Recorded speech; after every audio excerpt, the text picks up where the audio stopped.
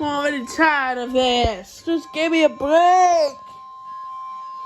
The National Weather Service in Fort Worth has Give issued me a a severe break. thunderstorm warning for northeastern McLennan County and central Texas, northwestern Limestone County and central Texas, southeastern Hill County and central Texas, until 11:15 p.m. Central Daylight Time. From morning. At 10:11 p.m. Central Daylight Time, a severe thunderstorm was located over west, or 11 miles south of Hillsboro, moving southeast at 35 miles per hour.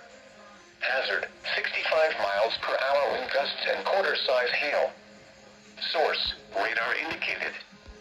Impact, hail damage to vehicles is expected.